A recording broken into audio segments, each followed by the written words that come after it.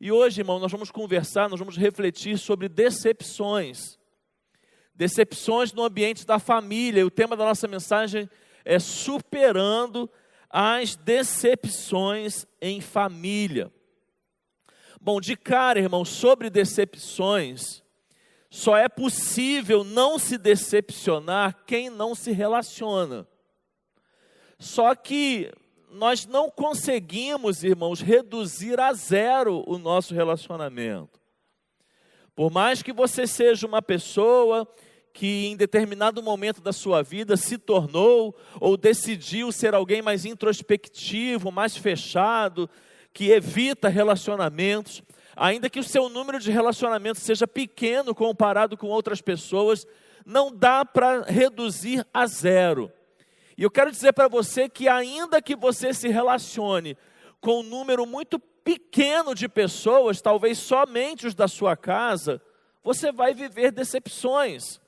Porque é impossível, irmãos, nós não nos decepcionarmos nos relacionamentos e, consequentemente, é impossível nós não nos decepcionarmos na família. O que nós precisamos fazer, e é sobre isso que eu quero inicialmente convidar você a pensarmos juntos, é aprendermos a melhor maneira de nós nos relacionarmos. Aprendermos as melhores maneiras de nós lidarmos com as decepções, para que a gente possa superá-las, para que a gente possa vencê-las, e assim consigamos crescer e amadurecer, e sobretudo dentro daquilo que temos pensado muito esse mês, consigamos nos fortalecer, e fortalecer a nossa família em relação a isso. Não é possível, é muito importante nós entendermos isso, não é possível nós esgotarmos um tema aqui numa dessas mensagens. E hoje não é possível eu conseguir ser tão detalhista ao pensar com você sobre decepções. Mas eu quero pensar hoje com vocês, e isso será feito no primeiro momento da nossa mensagem, eu quero pensar com vocês sobre os motivos, vamos dizer assim, macros. Os motivos macros que geralmente nos levam a nos decepcionarmos no ambiente da família. No segundo momento, eu quero pensar com vocês sobre algumas famílias na Bíblia, que nós encontramos personagens que se decepcionaram no relacionamento com suas famílias. E eu quero fechar esta mensagem, trazendo princípios, olhando para a vida de Jesus e pensando como nós precisamos aprender com Jesus a superar as decepções que nós vivemos no ambiente da família. Então, sem mais demoras, inicialmente eu quero pensar com os irmãos sobre os principais motivadores para a decepção. Quais são esses principais motivadores? Ainda que eu não consiga detalhar tanto essa questão da decepção, olhando de uma forma macro, geralmente, irmãos, o que pode nos levar a viver as decepções no ambiente da família? Eu quero pensar com os irmãos que a visão errada em relação à natureza humana pode nos levar a experimentarmos e a vivermos as decepções. A visão errada em relação à natureza humana. Quando Paulo escreve sua carta aos Romanos, no capítulo 7, versículos de 19 a 21, ele vai dizendo assim: pois o que faço não é o bem que desejo, mas o mal que não quero fazer, esse eu continuo fazendo. Ora, se faço o que não quero, já não sou eu quem o faz, mas o pecado que habita em mim. Assim encontro esta lei que atua em mim. Quando quero fazer o bem, o mal está junto a mim. Vamos lá, irmãos. Nós sabemos que existe um princípio bíblico. Que a partir do primeiro casal na face da terra, ou seja, a partir de Adão e Eva, toda a descendência humana é uma descendência que herdou o pecado que uma vez foi inserido na raça humana. Então nós somos uma geração que, descendendo dessa família original, descendendo destes primeiros casais na face da terra, nós descendemos, irmãos, e nós herdamos isto que vem de Adão e Eva, ou seja, nós temos em nós uma descendência pecaminosa.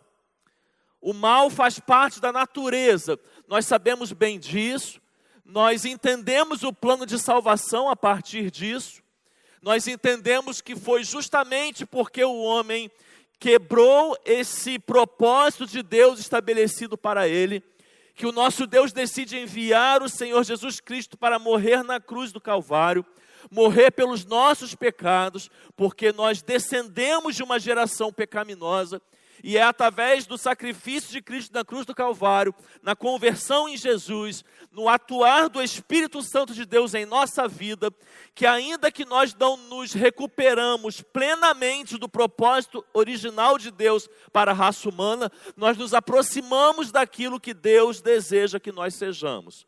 Mas nós não conseguimos fazer isso plenamente nesta terra. Nós nos aproximamos a partir do Espírito Santo, mas nós só viveremos esse padrão pleno, perfeito, como quando estivermos nos céus com o Senhor. O que eu quero dizer ao introduzir esse princípio, um princípio que é um dogma, um princípio teológico para a nossa vida? Eu quero dizer com isso, irmão, simplesmente, que decepcionar faz parte da natureza humana. Decepcionar alguém faz parte da natureza humana. Você pode não gostar disso. Você pode desejar não fazer isso. Mas inevitavelmente, grave isso, inevitavelmente você vai decepcionar as pessoas com as quais você se relaciona, porque o decepcionar faz parte da condição humana. Quando eu fazia esse tópico aqui, eu lembrei, tem quase 6 anos que eu estou aqui, cheguei aqui em 2015, eu lembro que quando eu assumi aqui a igreja, logo nos meus primeiros sermões, eu falei algo aqui do púlpito que, ao falar, eu percebi que muitas pessoas ficaram, de certa forma, assustadas com aquilo que eu disse. Algumas pessoas mudaram até o semblante quando eu disse. E o que eu disse de tão grave assim? Eu falei pouco tempo após assumir esta igreja que de poucas certezas que eu poderia dar para os irmãos, uma dessas certezas é que eu iria decepcioná-los. Falei isso logo recentemente que cheguei aqui, as pessoas podiam até disfarçar, mas eu percebia que isso causou um impacto. E foi exatamente isso que eu disse, de poucas certezas que eu posso te dar, uma dessas certezas é que se você se aproximar de mim, caminhar junto comigo, em algum momento eu vou te decepcionar. E dentro desses 6 anos, já podemos olhar para trás, quem se aproximou de mim, caminhou comigo, em algum momento se decepcionou. Não vou pedir para levantar a mão, porque eu não quero passar vergonha aqui. Mas dentro desses 6 anos, quem se aproximou um pouco mais, rompeu este muro e essa barreira e veio desenvolver um relacionamento com o pastor Ismael, ainda que não seja tão próximo, tão íntimo, mas se aproximou um pouco, em algum momento se decepcionou. Para que a gente quer se enganar, irmãos? Essa é a verdade. Essa é a verdade. Mas essa não é verdade só a despeito da minha pessoa, não. É a verdade também em relação à sua. E para que a gente quer se enganar em relação a isso? Olha aqui, nós somos diferentes, nós pensamos diferente, nós agimos diferente, nós interpretamos as circunstâncias de forma diferente, nós nem sempre falamos na hora certa, do jeito certo, da maneira correta, logo nós decepcionamos aqueles que se relacionam conosco, irmãos. Isso é inevitável, isso faz parte da natureza humana. Então, de uma forma macro, por que nós vivemos as decepções em família? Porque isso faz parte da natureza humana. E muitas vezes nós queremos ter uma visão errada sobre isso. Não tenha uma visão errada sobre isso, a começar por você. Você é alguém porque inevitavelmente vai decepcionar quem está dentro da sua casa, ou quem está fora dela e se relaciona com você.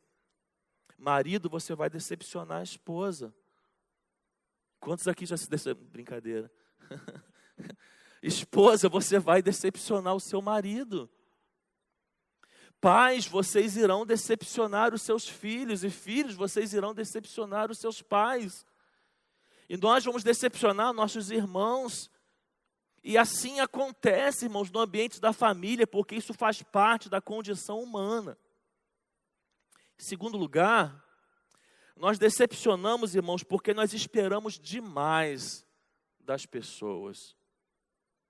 Além da decepção fazer parte da condição humana, nós nos decepcionamos demais. Nós esperamos demais das pessoas. Jeremias, capítulo 17, no versículo 5, diz assim: assim diz o Senhor, maldito é o homem que confia nos homens, que faz da humanidade mortal a sua força, mas cujo coração se afasta do Senhor. Essa segunda circunstância, essa segunda causa, podemos assim dizer, ela completa a primeira. Porque a primeira nos faz olhar para nós mesmos, entendendo que, em função da natureza humana, eu vou decepcionar. E essa me faz olhar para o outro, porque ela me fala, irmão, de expectativa errada. E nós, seres humanos, irmãos, nós somos idealizadores, saiba disso. Nós somos solteiros, idealizamos a vida de casado. Nós não somos pais, idealizamos a vida de pai. Nós não somos avós, nós idealizamos a vida de avós. E nós estamos o tempo inteiro idealizando os relacionamentos, idealizando o relacionamento perfeito, idealizando como que eu gostaria de viver determinado relacionamento com determinado membro da nossa família. E ao idealizar, irmãos, idealizo muitas vezes errado, porque idealizo esperando muito do outro, esperando que o outro não tenha a menor condição de nos dar. E aí nós vemos muitas vezes no ambiente da família, que há pais que esperam muito, irmãos, esperam demais dos seus filhos.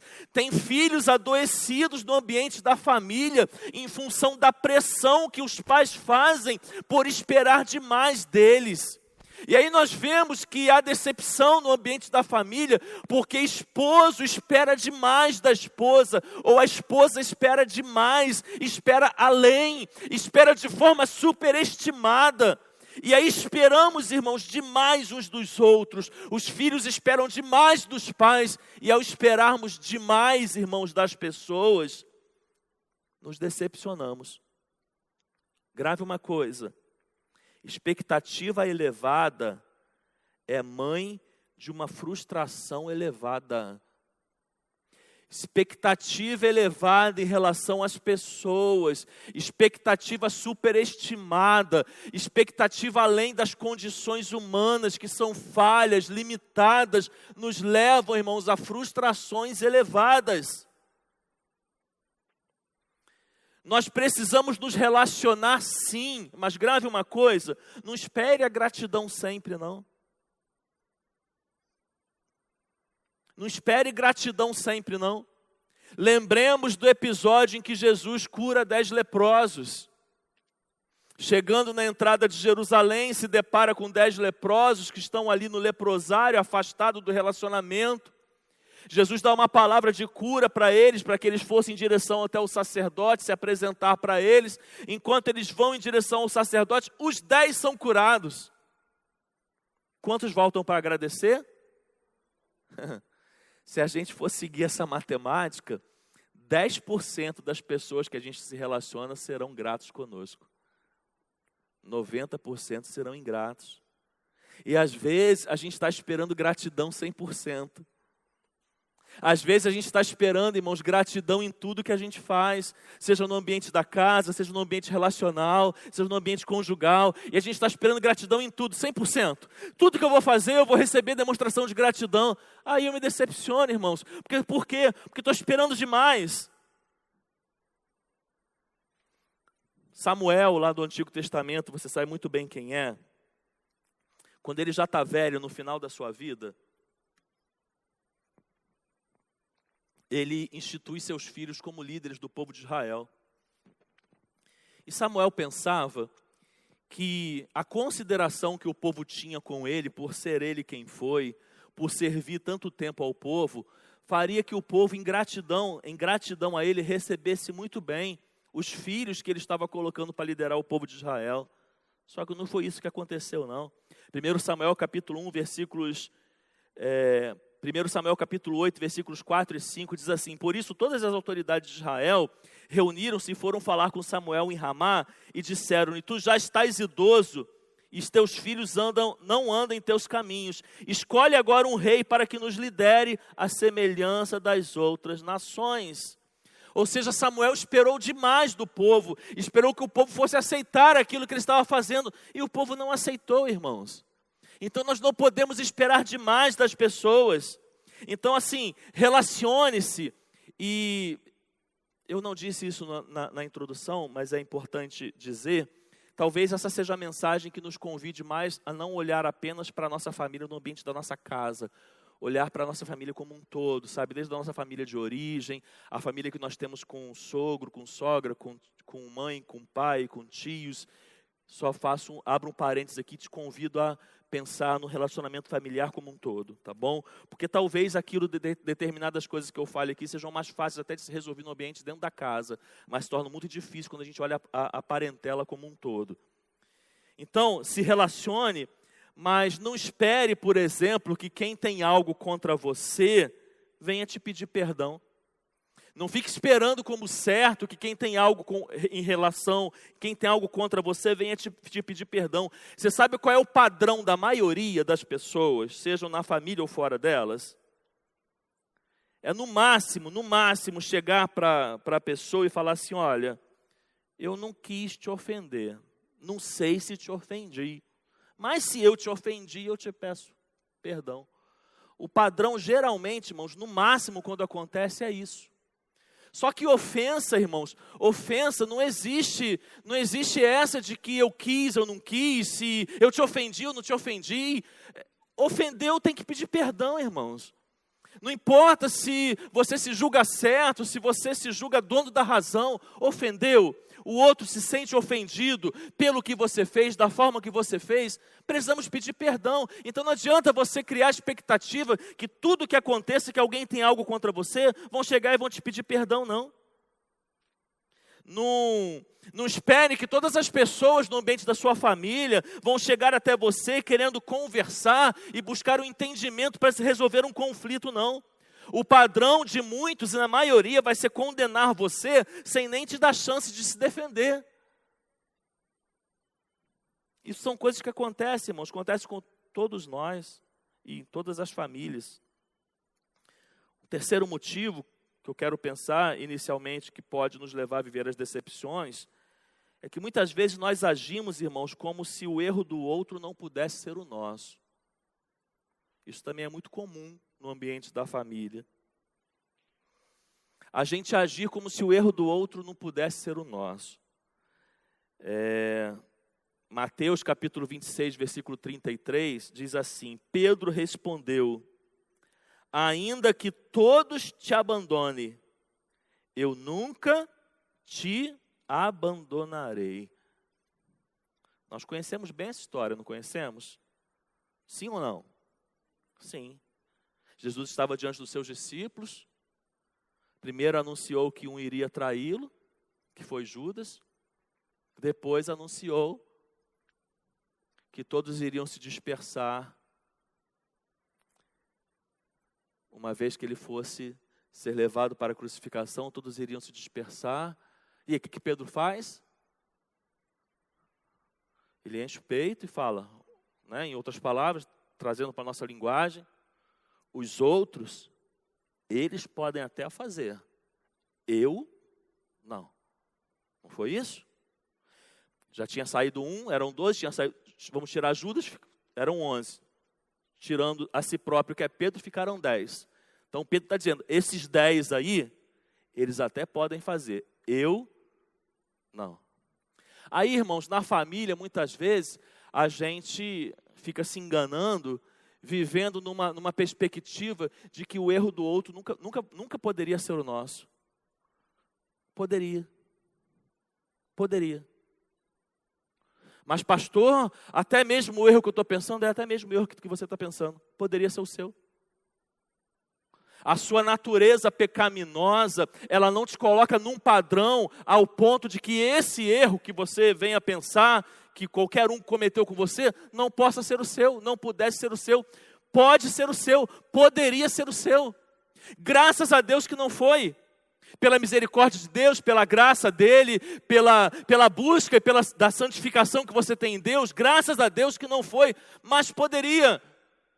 Então nós muitas vezes nos decepcionamos porque a gente vive ou insiste em viver achando que o erro do outro não pode ser o nosso. Nunca poderia ser o nosso. Em quarto lugar, e essa também é interessante, nem sempre, irmãos, sobre decepções, nem sempre o nosso julgamento tem base na realidade. Você já passou por uma experiência de alguém falar que está muito decepcionado, e a pessoa chega a falar daquele ponto que ela está quase morrendo de decepção. Aí você se dá um ouvido para ouvir por que a pessoa está decepcionada. Aí você faz cara de paisagem, porque por dentro você está pensando, não tem o menor motivo para você dizer que está decepcionado. Não tem a menor lógica você dizer que você está decepcionado com isso. Mas a pessoa ela está quase se trancando, desistindo de viver, desistindo da vida, desistindo de tudo, porque ela julga que o que aconteceu é o suficiente para ela querer morrer de decepção. Então nem sempre o julgamento tem base na realidade. 2 Coríntios capítulo 4, versículo 5, Paulo escrevendo aos Coríntios, ele diz assim, pois não nos pregamos a nós mesmos, mas a Jesus Cristo o Senhor, e a nós como escravos de vocês por amor de Jesus. O que esse texto tem a ver com o que a gente está falando? Quando Paulo escreve esse texto à igreja de Corinto, ele foi mal interpretado, ele foi mal julgado. Porque como que Paulo, ainda que você não seja grande conhecedor da Bíblia, eu acredito que você tem condições de responder isso, como que Paulo condenava ou exortava a igreja em relação ao pecado? De que forma que ele fazia? Ele fazia com carinho, ele dava a volta para poder chegar ao assunto que ele queria chegar. Era assim que Paulo fazia? Não. Paulo ele pregava com o quê? Com autoridade. Pregava com veemência. Pregava com ímpeto. E ele agia de que forma, por exemplo, para exortar os crentes em relação ao pecado? Agia com rigor, agia com dureza. Então, nesse contexto aí de Corinto, a igreja está julgando Paulo como se ele não tivesse autoridade para falar da forma que estava falando, como se ele não tivesse, vamos dizer assim, unção para poder falar com eles da forma que estava falando. E naquele momento estavam, podemos assim dizer, decepcionados com a forma que Paulo estava, no nosso vocabulário, como costumamos brincar, descendo o cajado em relação à igreja.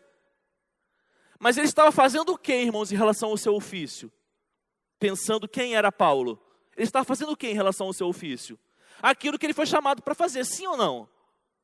Sim ou não?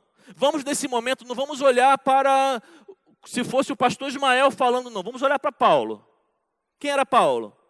Apóstolo do Senhor Jesus Cristo. Convertido quando ia para Damasco querer matar os cristãos, teve um encontro pessoal com Jesus, se tornou um dos maiores pregadores do Novo Testamento, pregador aos gentios, missionário, plantador de quase todas as igrejas que nós encontramos no Novo Testamento. E naquele momento alguém usado por Deus para levar o evangelho aos gentios, ensinar a sã doutrina aos crentes, à igreja, era esse ou não o ofício de Paulo? Então se ele vê uma igreja com os crentes vivendo em pecado, fazendo tudo quanto é coisa errada, ele está cumprindo o seu papel diante de Deus em exortar a igreja, sim ou não? Sim. Então quem julga Paulo por fazer isso e se ofende em relação a isso, está julgando certo ou julgando errado? Julgando errado, irmãos. Julgando errado. Então muitas vezes a gente se ofende porque a gente está julgando errado o outro. Muitas vezes a gente se ofende, não é porque a gente está tendo uma falsa realidade em relação a nós, não. É porque a gente está tendo uma falsa realidade em relação ao outro. A gente está julgando o outro, talvez porque o outro esteja fazendo aquilo que cabe a ele fazer. Um filho que se ofende pelo pai que está disciplinando a ele, está se ofendendo com razão ou sem razão? Sem razão, irmãos, porque qual é o papel do pai diante do filho? Discipliná-lo. Então, muitas vezes, irmãos, o nosso julgamento sobre decepção, ele não está adequado com a realidade, com aquilo que nós estamos vivendo. Nós estamos errados. Então, olha só, duvide das suas certezas. No ambiente da sua família, duvide das suas certezas. É saudável, irmãos, de vez em quando duvidar das nossas certezas. Porque muitas vezes na família a gente abre mão de tudo, menos do que? Da nossa certeza. A gente pode, será que a gente pode, irmãos, em algumas circunstâncias de decepção no ambiente da família, julgar errado a realidade? Você é capaz de julgar errado? Você se vê capaz de em algum momento fazer um julgamento errado? Você entende que você é limitado o suficiente para em algum momento tirar conclusões erradas a respeito do que está acontecendo? Então duvide de vez em quando das suas certezas, vai te fazer bem.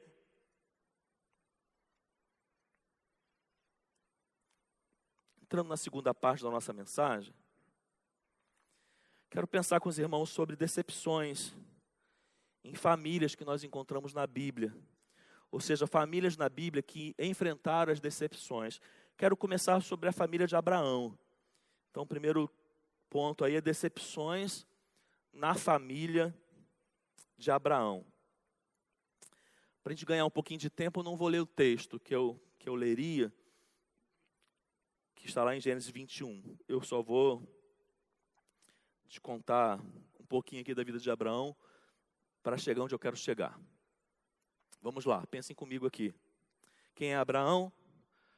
Abraão é aquele que o Senhor aparece, o chama para sair da sua terra, deixar todos os seus parentes, pegar sua esposa, ir para uma terra distante que Deus mostraria a ele, porque a partir dele o Senhor faria um grande povo, ok? Abraão obedece ao Senhor, sim ou não? Sim, pega sua esposa, leva um sobrinho de carona também e vai. Vai peregrinando, vai atravessando, vivendo dificuldade, e o Senhor com ele. Só que vai passando um tempo nessa missão, e algo está incompleto na vida de Abraão. O que está incompleto? O filho. Como que eu vou ser pai de uma grande multidão se eu não tenho filho? Como que eu vou ser pai de uma grande multidão se eu não tenho descendente? Como que eu vou ser pai de uma grande multidão se eu não tenho quem possa reproduzir a partir de mim essa grande multidão? E o tempo vai passando e o filho não vem. E eles já saem velhos e a cada vez eles vão envelhecendo mais. Aí chega um momento, você conhece a história, que eles dão um jeito para essa situação. Qual é o jeito? Havia uma cultura na época, não tente entender a luz de hoje. Havia uma cultura na época que toda mulher que tinha uma serva, a serva era serva objeto, não tinha poder de decisão, não mandava em si mesmo. E havia uma cultura que uma vez a esposa dando a sua serva ao seu esposo, e ele tendo filho com ela, esse filho era considerado da família, e não apenas da serva. Isso era uma questão cultural, ok? E Sara pega a sua serva Agar, monta um plano com Abraão, para que Abraão tivesse um relacionamento com ela, e ela tivesse um filho. E nasce um menino com um lindo nome, Ismael.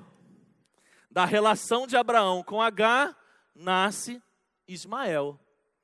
Aí a gente passa por esse texto na Bíblia, não só por esse, por vários, e a gente não prende o nosso olhar ali. Vamos prender um pouquinho agora. Quando Ismael nasce, irmãos, quem é Ismael para aquela família?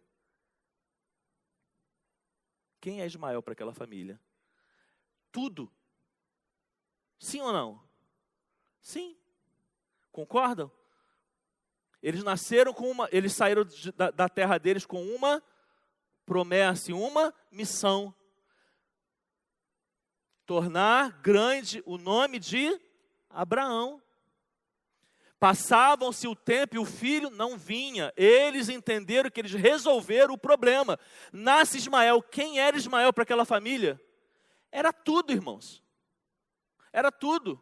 Ele era o filho de Abraão.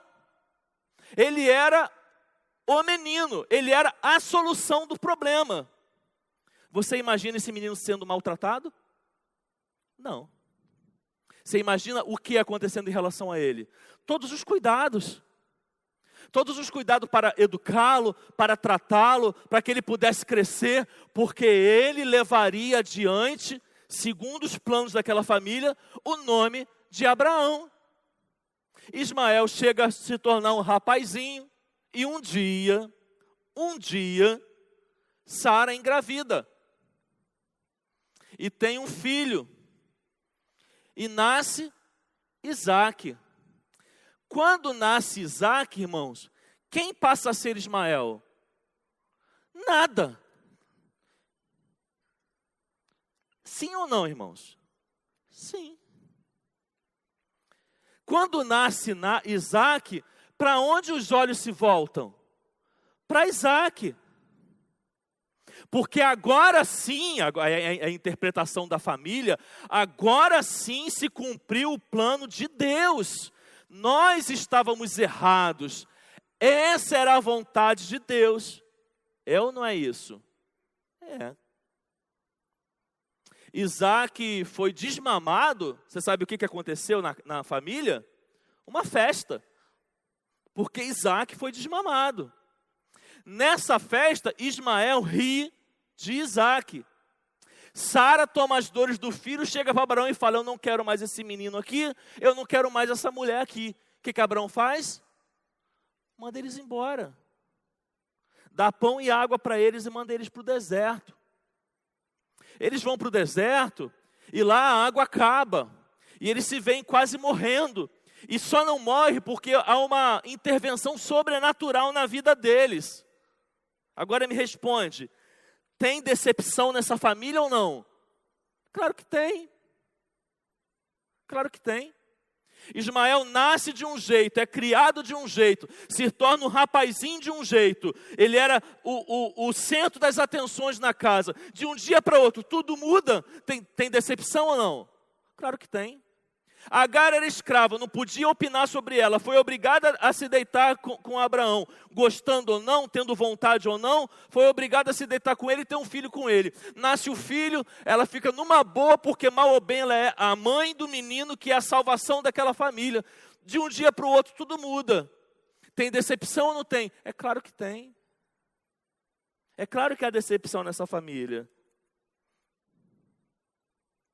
O que a gente aprende, irmão, sobre decepção nessa família? Que as decepções são geradas, por exemplo, em função das precipitações. Decepções podem ser geradas na nossa família em função das precipitações. Abraão se precipitou, Abraão e Sara se precipitaram, sim ou não? Se precipitaram. E em função da precipitação veio o quê? Lá na frente, decepção. A nossa família pode viver decepção porque se precipita? É claro que pode. Quando não pensamos, quando agimos antes sem pensar, quando não ponderamos, quando não analisamos, quando fazemos escolhas erradas, estamos fazendo hoje, podemos nos decepcionar? Amanhã. Foi o que aconteceu nessa família. Eles se decepcionam porque se precipitam. As decepções que nós vemos aqui, elas podem ser geradas pelos sentimentos pessoais.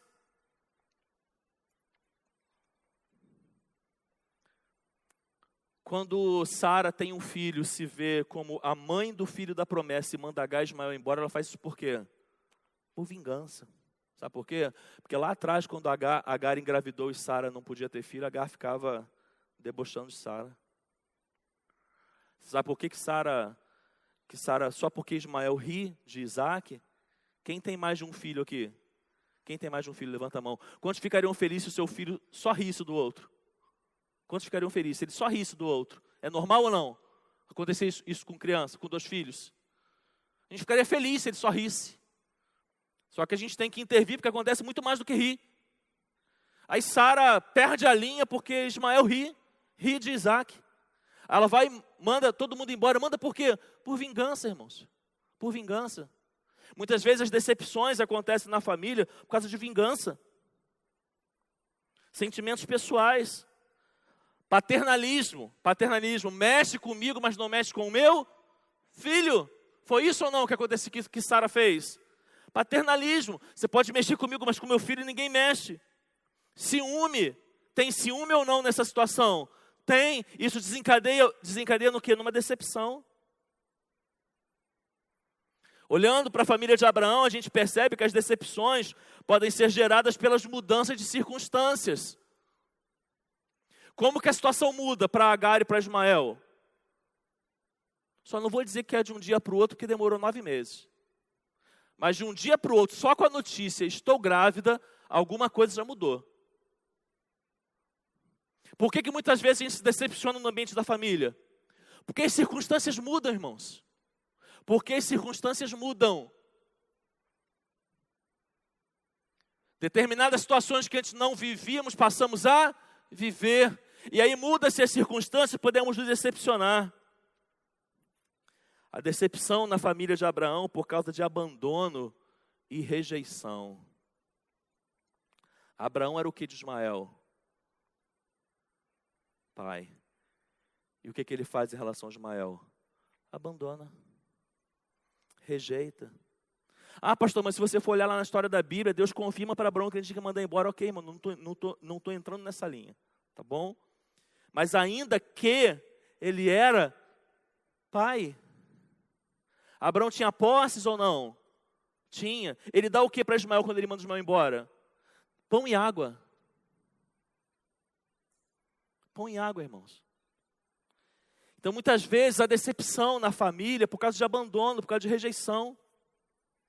Você sabia que tem adultos decepcionados até hoje, que já formaram a sua família, mas são decepcionados com pais? Por causa de abandono, por causa de rejeição. Isso aconteceu na família de Abraão.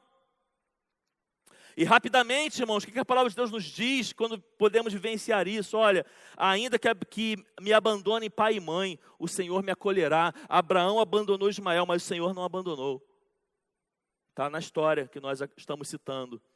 Isaías 49:15 vai dizendo: será que uma mãe pode se esquecer do seu bebê que ainda mama e não ter compaixão do filho que gerou? Embora ela possa se esquecer, eu não me esquecerei de você. Abraão se esqueceu, ignorou, rejeitou, abandonou Ismael, mas Deus não se esqueceu. Deus criou uma fonte para ele no deserto. Deus socorreu ele e Agar quando eles precisavam. Quando nossos pais nos abandonam, o Senhor não nos abandona. Eu estou preocupado com a hora, mas eu vou seguir, tá? Vamos lá, decepções na família de Isaac. Também não vou ler o texto, vou explicar para a gente ganhar tempo. Isaac era filho de Abraão. Para você começar a perceber que não é só na sua casa que acontece decepções. Aconteceu decepção na casa de Abraão e aconteceu decepção na casa de quem? Isaac. Isaac foi casado com Rebeca, não podia ter filhos. Vamos lá, introduzindo a história. Mas teve um casal de gêmeos, né? Perdão, casal não, 2 meninos gêmeos. Esaú e Jacó. Esaú nasceu primeiro e dentro daquele contexto tinha o direito da bênção da primogenitura. Jacó não tinha porque não era o primogênito. Só que num determinado momento, quando eles já são crescidos, Isaac já está velho, Isaac chama Esaú e diz para Esaú o que Esaú deveria fazer para que ele, Isaac, pudesse abençoá-lo antes de morrer. A mãe está ouvindo que o pai está falando com o filho, mas essa mãe preferia o outro. A mãe, que era Rebeca, preferia Jacó do que Esaú. Ela corre para Jacó e monta com ele um esquema para que ele possa tomar a bênção do irmão e enganar o seu próprio pai. Assim acontece. Jacó consegue se caracterizar com pelos para que pudesse ser parecido com Esaú, porque Isaac já era cego, não iria enxergar. Isaac fica meio na dúvida ali, mas na dúvida abençoa. Abençoa, não pode voltar atrás. Quando Esaú faz o que deveria fazer, corre lá, perdeu a bênção. Jacó tem que fugir, porque Esaú queria matá-lo. Ele foge. E quando ele volta, sua mãe não era nem mais viva. Foi a última vez que Rebeca viu seu filho, quando ela planejou isso. O que isso nos ensina sobre decepções? As decepções, irmãos, que são geradas na família, quando os pais possuem preferência por um filho em detrimento de outro. É o que acontecia aqui nessa família. Rebeca tinha preferência por Jacó. Quando se tem preferência, o tratamento é diferente, a paciência é diferente, a forma de lidar é diferente, os gestos são diferentes, as expressões de carinho são diferentes. E era assim que Rebeca agia em relação a Jacó. E isso gerou decepções para tudo quanto é lado. Decepções na família, decepção de Esaú em relação ao seu irmão, decepção de Esaú em relação à própria mãe, decepção do marido em relação à esposa, decepção do marido em relação ao filho mais novo que o enganou, decepção de tudo quanto é lado, por causa da preferência por um filho em detrimento de outro. Em segundo lugar, as decepções que são geradas através das mentiras na família. Houve mentira nessa família, sim ou não? Sim. O pai deu uma ordem para um filho, a mãe pegou aquilo, falou para o outro, fez o irmão, enganar o pai, montou um esquema demoníaco. Por quê? Por causa da mentira, irmãos. A mentira na família é uma coisa terrível. Grandes são as decepções quando um pai descobre que o filho mentiu para ele, talvez durante todo o período de uma faculdade, pensando que estava fazendo o melhor para o seu filho, sem saber as coisas terríveis que o filho estava fazendo. Grandes decepções surgem no ambiente da família, quando há uma descoberta de uma mentira entre um cônjuge e outro, irmãos. Grandes decepções no ambiente da família, sobretudo nas finanças, quando se descobre mentira. Mãe que acobertam o erro dos filhos, acobertam dos pais. Mães que se relacionam com filhos, mentindo do que acontece com os filhos para o pai. Ou você não conhece nenhuma família que isso já aconteceu? O que a mentira causa? Decepção. Decepção. Terceiro lugar, nós podemos falar sobre as decepções na família de Jacó. Quem é Jacó? Filho de Isaac. Houve decepção na casa do avô, na família do avô. Então imagina você, houve decepção lá na família do seu avô, houve decepção na família dos seus pais, e agora a decepção é na sua família. Jacó teve quantos filhos? 12.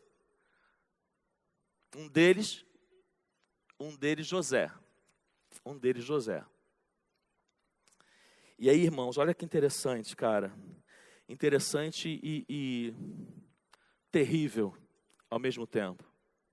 Jacó foi o filho preferido da sua mãe. Sim ou não? Acabamos de falar. E quando ele tem 12 filhos, o que ele faz como pai? Prefere um. Sabe o que é isso, irmãos? Isso é o peso da herança. Nós somos propensos, pela nossa carnalidade, a repetir na nossa casa aquilo que nós vivenciamos na nossa família de origem. Todos nós precisamos negociar com as heranças que recebemos. Se você nunca fez isso, sai daqui hoje sabendo que você precisa fazer. Se você não sabe como fazer, me procura que eu te ajudo. Todos nós, não importa qual a sua idade, quanto mais novo, melhor. Se possível, quando estiver casando é o melhor momento. Mas sobretudo quando a gente forma a nossa família, mas em algum momento na nossa vida a gente precisa negociar com as heranças da família passada. O que eu quero dizer com negociar? Eu preciso pegar tudo que eu tenho de herança e fazer isso aqui eu quero, isso aqui eu não quero. Isso aqui eu aceito, isso aqui eu não aceito. Isso aqui eu vou trazer com muito prazer para a minha vida, isso aqui eu vou me esforçar para eu nunca fazer. Se você nunca negociou com a sua herança, você precisa negociar. Jacó não negociou com a sua. Foi o queridinho da mamãe e de 12 filhos criou um queridinho para ele. Esse queridinho era José. Então José era tratado de forma diferente. Os outros irmãos iam para fazer o trabalho duro. José não. Os outros filhos não. Se tivesse sumido, tá trabalhando.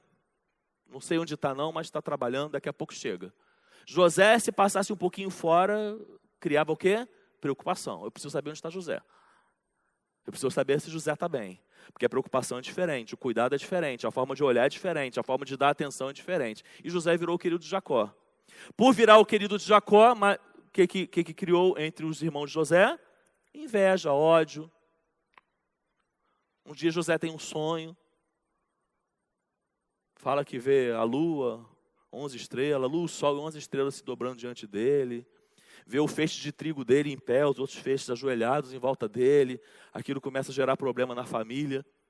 E aí tá os 11 irmãos lá trabalhando, tá José dentro de casa. E os 11 irmãos estão lá o quê? Eu vou matar esse moleque. Eu vou pegar esse moleque, cara. Eu não aguento mais chegar em casa e o pai tá criando esse moleque igual cria uma menina. É o que os 11 irmãos de José lá estavam falando. Aí um dia a oportunidade surgiu. Para procurar saber onde estavam os seus irmãos, José foi atrás. Quando ele está indo atrás, os irmãos estão vendo que ele está vindo. Olha lá quem está vindo. É o fresco lá do José. Olha lá. E vem José. Quando José chega, os 11 juntam nele, jogam ele num buraco,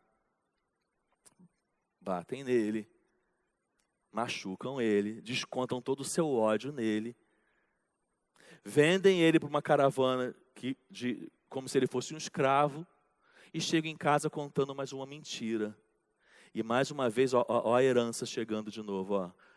Mentira na família de Jacó, na família dos pais de Jacó, e mentira agora na família de Jacó. A mentira com a qual Jacó usou com seus pais, usaram com ele. Pode parecer engraçado, mas não, tá, irmãos? Aí chegam lá e contam uma história para Jacó. E vem um bicho feroz, despedaçou José. A gente só encontrou a túnica dele aqui, ó. Já era. Morreu. Aí morre o filho querido de Jacó. E José está lá no Egito, nessa altura do campeonato. E chega lá e é vendido para um dos grandes funcionários de Faraó. E todo tempo um bom menino, sabe? Um bom rapaz. Porque a culpa não é dele. A culpa é de quem? É dos pais. A culpa é do Jacó. A culpa não é dele, não. Ele é um bom menino, ele está lá fazendo tudo que pode fazer de melhor. E aí ele já se decepcionou com seus irmãos, quando ele faz tudo que pode fazer de melhor, inclusive é fiel ao seu patrão, porque sua esposa queria ter relações com ele não teve. Mais uma vez, o que ele vive? Decepção. Vai parar na prisão, mesmo fugindo do assédio que a esposa de Potifar teve em relação a ele. Na prisão ele revela sonhos, e na intenção de que aquele que ele revelou o sonho chegasse lá e rapidamente falasse com o faraó sobre José. O cara chega lá e se esquece de José. Mais uma decepção, mas ele desiste? Não, ele continua. E chega um momento que Deus honra a fidelidade desse jovem e ele é exaltado lá no Egito. E mesmo sendo exaltado, quando ele teve a oportunidade de se vingar dos seus irmãos, ele não se vingou. Essa é a história de José, você conhece muito bem. Quais são as decepções nessa família, irmãos? As decepções geradas pela inveja. As decepções geradas pela inveja. A inveja, irmãos, ela é tão horrível porque quem inveja na família não apenas deseja o que você tem, mas deseja que você não tenha. Você pode ter parentes, irmãos, pessoas até mesmo da sua família, que têm invejas em relação àquilo que você tem, àquilo que você é. Parentes talvez não foram felizes na criação dos seus filhos, podem ter inveja da criação do que você deu aos seus. Parentes que talvez não conquistaram aquilo que você conquistou, podem ter inveja daquilo que você tenha conquistado. Parentes que fazem de tudo para tomar conta da tua vida, invejam o que você tem. E aí essa inveja, ela gera o que no ambiente da família? Falsidade. Onde tem inveja, tem falsidade. Falsidade. E aí nós lidamos com esse desgosto, com esse desprazer no ambiente da família. A inveja foi uma grande causadora, irmão, de decepção na família de Jacó. Nós vemos aqui nessa família as decepções geradas pela incompatibilidade entre irmãos. Lembra que eu falei que a gente faz projeção, que a gente cria expectativa para tudo? Geralmente a gente cria expectativa para um relacionamento com o irmão também. A gente imagina que se eu tenho um irmão, uma irmã, nosso relacionamento vai ser o melhor possível. Tem irmãos que vivem como estranhos, irmãos. Tem irmãos de sangue que vivem como estranhos. Tem pessoas que têm que buscar um irmão fora da família de sangue. E aí a incompatibilidade entre irmãos pode gerar as decepções. E uma outra terrível também que a gente encontra aqui na vida de José, são as decepções geradas por fazer o bem e fazer aquilo que é certo e ainda assim receber o mal. José fez o bem? José fez mal, na história que nós conhecemos, José fez mal para alguém em algum momento? Não. Ele fez o bem? Sim. Ele fez aquilo que é certo diante de Deus? Fez. E o que ele recebeu nessas circunstâncias? O mal. Então nós nos decepcionamos facilmente na família quando a gente faz o bem, faz o que é certo e recebe o mal. É quando você dá carinho, é quando você dá amor, é quando você dedica uma vida, dedica tudo que você pode de melhor e recebe o mal. Aí isso gera o que em nós? Decepção. E para terminar, as decepções na família de Jesus. Também não vou ler o texto. Perdão, aqui eu vou ler o texto, tá? Rapidamente. Mateus 26, 31 a 33. Então Jesus lhes disse: ainda esta noite todos vocês me abandonarão, pois está escrito: ferirei o pastor e as ovelhas do rebanho serão dispersas. Mas depois de ressuscitar, irei adiante de vocês para a Galiléia. Pedro respondeu: ainda que todos te abandonem, eu nunca te abandonarei. Pouco mais à frente, pouco tempo depois, os que estavam por ali chegaram a Pedro e disseram: certamente você é um deles. O seu modo de falar o denuncia. Aí ele começou a se amaldiçoar e a jurar: não conheço este homem. Imediatamente um galo cantou. Então Pedro se lembrou das palavras que Jesus tinha dito: antes que o galo cante, você me negará 3 vezes. E saindo dali, chorou amargamente. Quando eu disse a família de Jesus, talvez você tenha trazido à mente Maria, José, os irmãos de Jesus. Mas eu quero pensar com vocês, irmãos, que o nosso Senhor Jesus, ele construiu uma família com os seus discípulos. É inevitável essa percepção. O Senhor Jesus chamou para perto de si 12 discípulos, caminhou com eles, dormiu com eles, viajou com eles, vivenciou experiências maravilhosas de tantos milagres que ele realizou com esses discípulos ao seu lado. E por aproximadamente um tempo de 3 anos, essa foi a família de Jesus. E ali eles viviam um relacionamento, além de discípulo e mestre, de mestre e discípulo, eles viviam um relacionamento de família. De família. Quero te fazer pensar na família de Jesus, ele com os seus discípulos. E nós não podemos dizer, tenta acompanhar aqui o que eu quero te explicar. Nós não podemos dizer que Jesus, ele se decepcionou igual nós nos decepcionamos. Presta atenção nisso. Nós não podemos dizer que Jesus não se decepcionou igual nós nos decepcionamos. E quando eu digo isso, eu não estou esvaziando a humanidade de Jesus. Eu vou repetir de novo, porque eu quero mesmo que você preste atenção nisso. Tá? Não é por mal não, é por bem. Preste atenção nisso. Nós não podemos dizer que Jesus se decepcionou igual nós nos decepcionamos. E quando eu digo isso, eu não estou negando a humanidade de Jesus. Eu não estou negando a encarnação dele. Mas a decepção, ela tem a ver, sobretudo, com se deparar com o inesperado. Sim ou não? Se nós nos decepcionamos, geralmente nos decepcionamos porque recebemos algo que não esperávamos, que não imaginávamos. E Jesus não tem isso porque ele sabia que Judas iria traí-lo e Pedro iria negá-lo, ok? Então, esse fator da decepção não está em Jesus. Jesus sabia que Judas iria traí-lo, tanto sabia que anunciou, correto? Então, não tem para Jesus o fator inesperado. Porém, uma vez que ele se esvazia para viver a nossa humanidade, ele sente tudo aquilo que nós sentimos. E mesmo já sabendo que isso iria acontecer, e por viver encarnado ali como homem, ele também sente as tristezas em relação a isso. Mas a sua decepção não é igual à nossa. Mas o que mais nos chama atenção na família de Jesus, Jesus com seus discípulos, é o que ele nos ensina.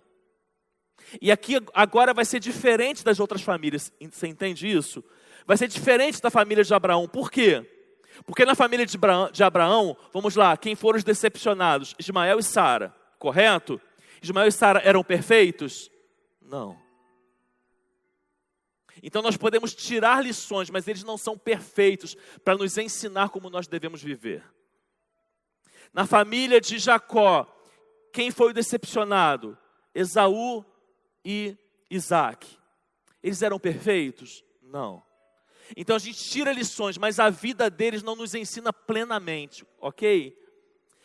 José era perfeito? Não. Então ele também nos traz lições, mas ele não é um exemplo padrão, em plenitude para nós. Quem é esse exemplo quando a gente pensa sobre decepção? Jesus. Jesus viveu a decepção no ambiente da família e ele nos ensina a vencer as decepções. Ele nos ensina a superar as decepções. Ele é o modelo perfeito. É para ele que a gente pode olhar e dizer para nós mesmos: quando eu vivenciar decepção, eu preciso ser como Jesus foi. Eu preciso fazer da forma que Jesus fez. Eu preciso agir da forma que Jesus agiu. E o que Jesus nos ensina, irmão, sobre a decepção? Nos ensina que nós não podemos perder o propósito da nossa vida em Deus.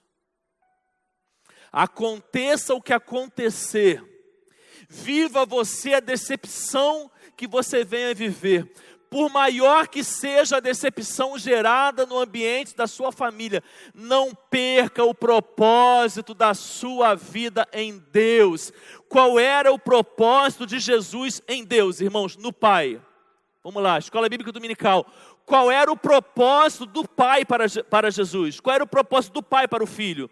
Que ele fosse à cruz, que ele morresse, porque a morte dele era um plano de Deus. Pertinho da cruz, irmãos, pertinho da cruz, Judas traiu, Pedro negou. Jesus saiu do seu propósito? Não. Ele desistiu de ir para a cruz? Não.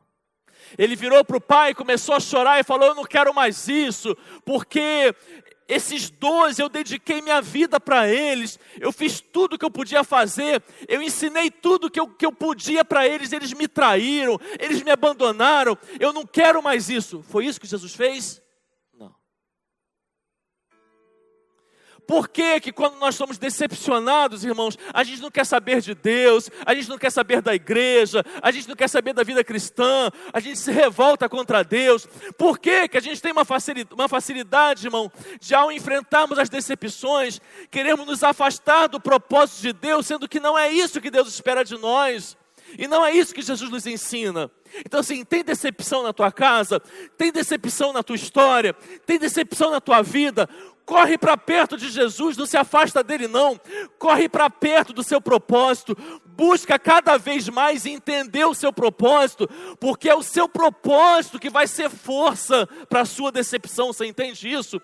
É o seu propósito que vai te fortalecer. O que você mais devia fazer é correr para o seu propósito e não correr dele. Jesus foi para a cruz, irmãos.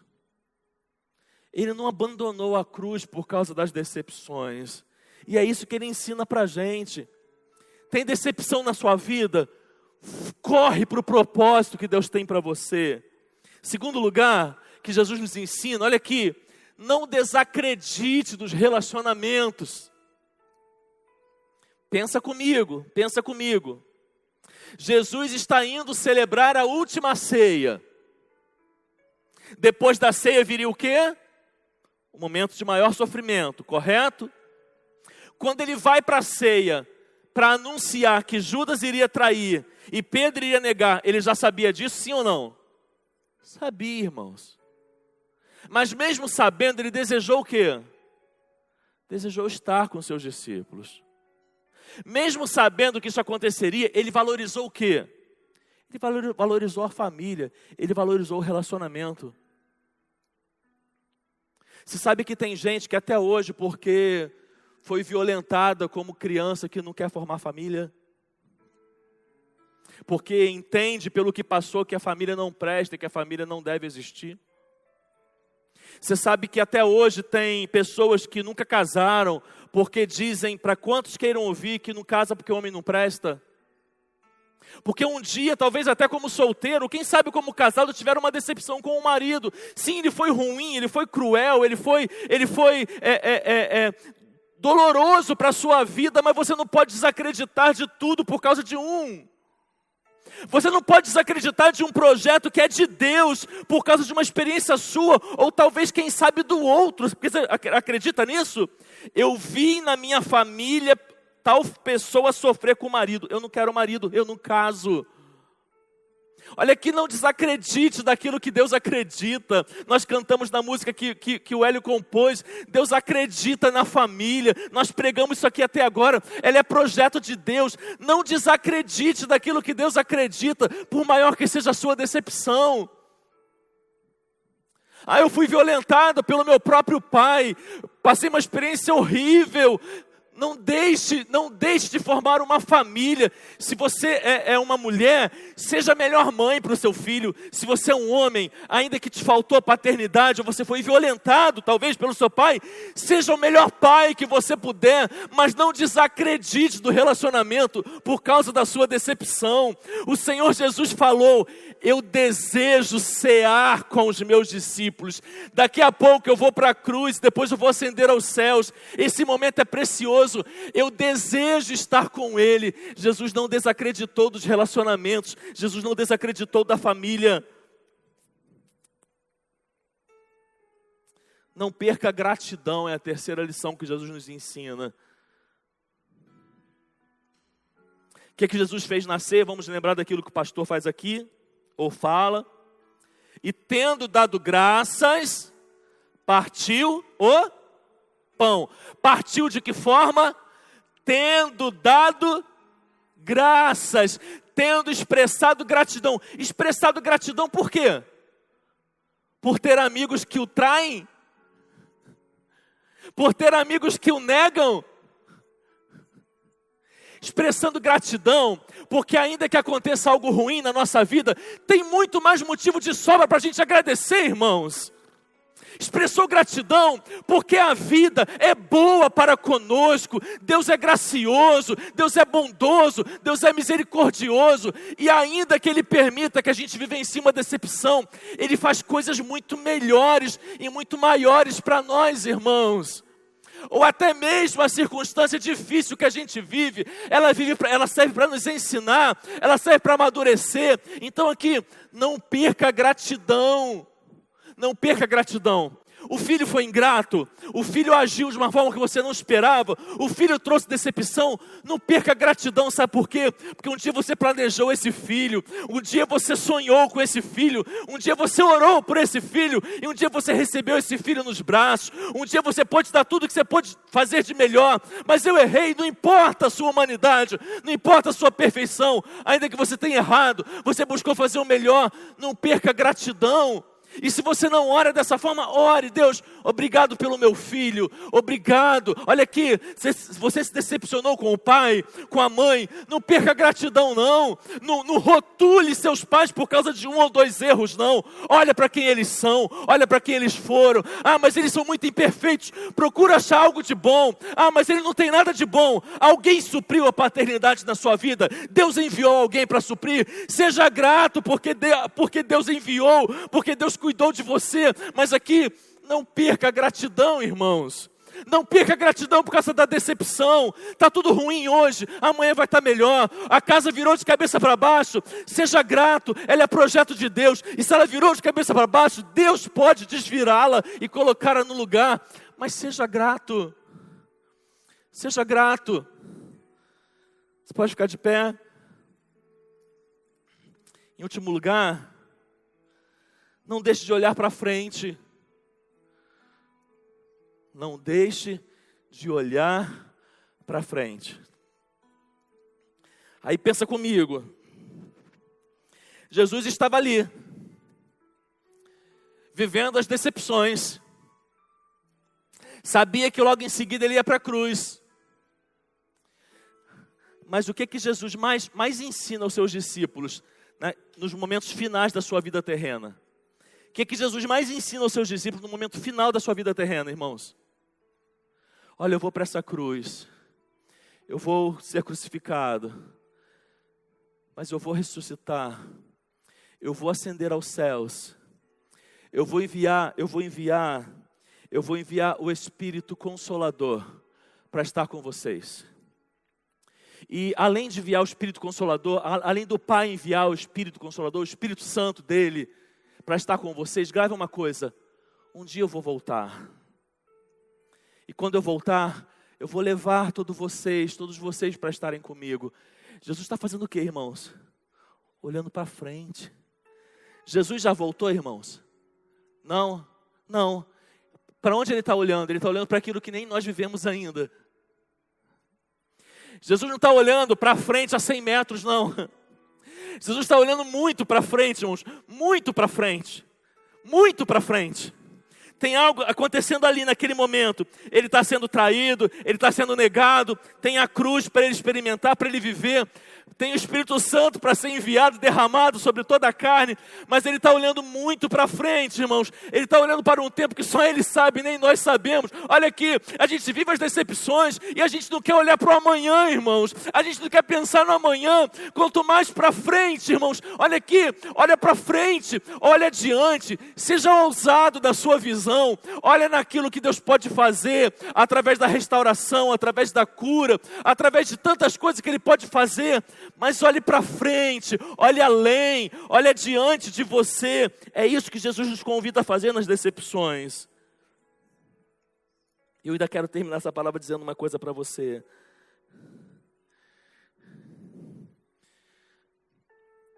Deus quer que você faça algo mais do que ouvir essa palavra hoje. Deus quer curar você das suas decepções. Deus quer curar você das suas decepções. Eu posso te garantir uma coisa. Tem muitas pessoas que andam por aí e ainda não foram curadas das suas decepções. Deus quer ministrar cura na sua vida hoje. Mas, e a outra? Eu não estou falando da outra, eu estou falando de você e Deus. É algo que Deus quer ministrar em você. Você não depende da outra pessoa para sair daqui curado das suas decepções. Entenda isso. Você só depende de Deus e daquilo que você é nele. Eu quero dizer para você, Deus quer curar você das suas decepções. Eu não sei quais são elas, eu não sei se elas estão há muito tempo atrás, eu não sei se elas estão na sua infância. Eu peço ao Espírito Santo de Deus para que nesse momento traga a sua memória. Eu não sei se elas estão na sua infância, eu não sei se elas estão há tantos anos atrás na sua vida, eu não sei se ela está no passado recente, eu não sei se ela está no presente, mas Deus quer curar você das suas decepções. Ele quer pegar aquilo que te aflige, que te machuca ainda, que te impede de caminhar, que te impede de olhar para frente. Ele quer arrancar isso de você hoje.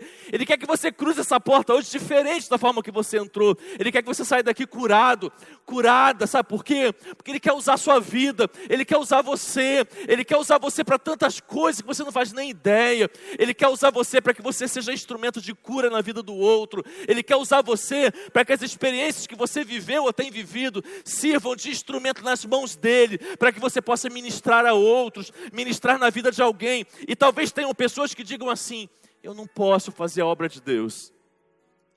Eu não estou pronto, eu não estou pronta para fazer a obra de Deus, porque eu ainda não estou curado disso. Você não precisa esperar estar curado para começar a fazer a obra de Deus, não. Você pode começar já, porque enquanto você faz, Ele cura você. Enquanto você está disponível para Ele, para que Ele use a sua vida, Ele está usando a sua vida e está curando você. Então não espere ficar curado para entender que Deus deseja te usar, para entender que Deus deseja usar a sua vida, não. Esteja disponível para Deus hoje. Ele quer curar as suas decepções, Ele quer mexer nas suas feridas, Ele quer sarar você, e Ele quer que você saia daqui nesta noite curado, em nome de Jesus.